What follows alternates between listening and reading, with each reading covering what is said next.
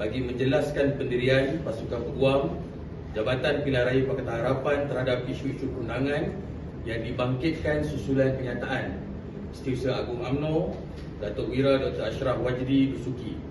Sejak semalam, Pasukan Peguam Jabatan Pilihan Raya Pakatan Harapan telah menerima beberapa salinan laporan polis yang dibuat oleh pelbagai individu dan kumpulan masyarakat sivil berhubung kenyataan Setiausaha Agung UMNO tersebut. Setakat petang ini kami telah menerima salinan laporan polis yang dibuat di Rembau, Shah Alam, Wangsa Maju dan Temerloh, selain beberapa lagi laporan daripada lokasi lain yang sedang kami terima.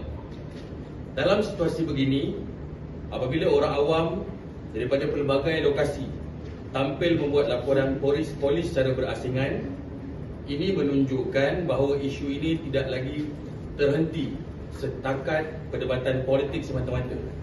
Sebaliknya, ia telah menimbulkan persoalan undang-undang yang wajar diberikan perhatian dan penelitian oleh pihak berkuasa. Oleh itu, kami Pasukan Peguam telah meneliti isu ini dari sudut perundangan dan kami berpandangan bahawa terdapat dua persoalan undang-undang yang wajar disiasat. Pertama sekali, sama ada kenyataan tersebut memberikan gambaran yang mengelirukan kepada masyarakat berhubung proses pelantikan Menteri Besar Negeri Sembilan sebagaimana yang diperuntukkan dalam perkara 36 Undang-Undang Tubuh Kerajaan Negeri Sembilan. Yang kedua, sama ada kenyataan tersebut mempunyai implikasi di bawah Seksyen 4A Akta Kesalahan Pilihan Raya 1954, iaitu kesalahan mengembangkan perasaan jahat atau permusuhan atau mana-mana peruntukan undang-undang lain yang berkaitan. Kami percaya bahawa politik tidak seharusnya dibina dengan mengheret isu perkauman ke dalam wacana pilihan raya, lebih-lebih lagi apabila kedudukan undang-undang jelas mengenai pelantikan Menteri Besar yang mana ia diperuntukkan dalam Undang-Undang Tubuh Kerajaan Negeri. Kami percaya bahawa kenyataan yang berpotensi menimbulkan salah faham terhadap kedudukan undang-undang atau mengaitkan kaum sebagai faktor politik boleh menjejaskan keharmonian masyarakat serta keyakinan rakyat terhadap proses demokrasi. Kami berpandangan bahawa suatu yang telah ditetapkan oleh undang-undang tidak boleh dijadikan retorik politik. Sebaliknya, Undang-Undang Tubuh Kerajaan Negeri ini, spesifiknya Kerajaan di Negeri Sembilan ini, hendaklah dihormati, ditafsirkan dan dipelihara mengikut lunas undang-undang.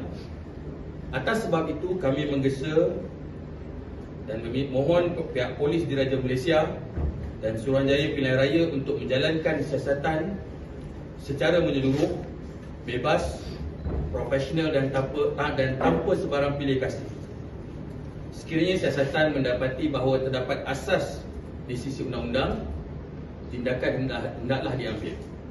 Sekiranya tiada asas, perkara ini juga perlu dimaklumkan secara telus kerana itulah yang dituntut oleh prinsip kedaulatan undang-undang.